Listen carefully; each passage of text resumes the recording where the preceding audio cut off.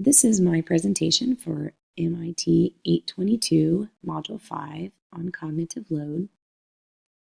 Like many other people have mentioned, I really believe that when I started making presentations for my students, that I needed a lot of bling, flashy things that would spin and zoom to catch the attention of my students and help them to be interested in the material I was presenting.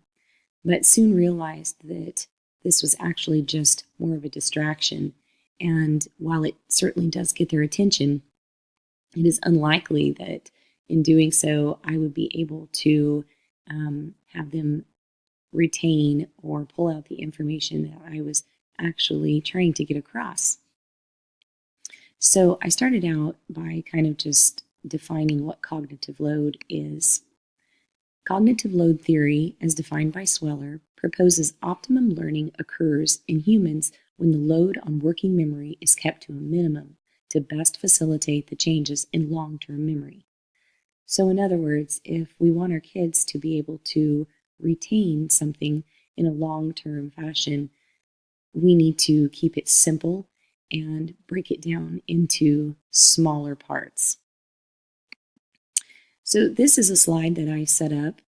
I am actually working on having my students do a unit on Chromebooks and some of the different topics. And one of those is device care. So this was a slide that I set up that would definitely show cognitive overload. This has way too much information on the slide. Things that moved, things that spun, not sure what to focus on, just a little bit garish and definitely not something that that I think that anybody would get a lot out of. Myself, when I look at it, I'm not sure where my eyes should go, and I can't really focus on anything in particular. So this is a good example of what not to do when you're trying to set something up or show something to your students. If I choose a website or an application or anything really that I use with my students, I now kind of look for the simplicity and just the fact that it's not overloaded with a lot of flashy details that are going to be more of a distraction. So I went ahead and created a slide that gives the same information. This time I do like when there is a bit of color or something just to kind of make it interesting and make it something that looks nice, but at the same time it can stay really simple. I like the white on a darker background. I think that kind of just makes what you want them to see pop out.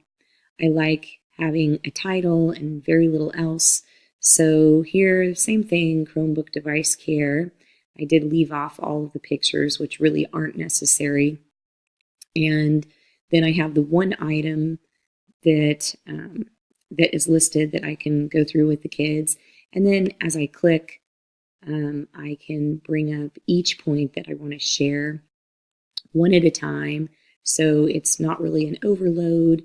The information that we shared is still there, but they can draw their eye to the next item as we go through our discussion and I bring that up. So I took the same information and just split it into two slides. So here is the second slide.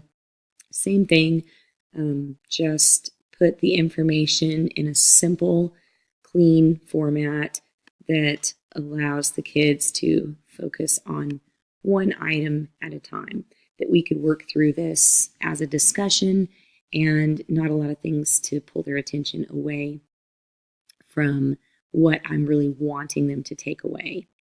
And hopefully that will help them retain the information, which is obviously what we're hoping for.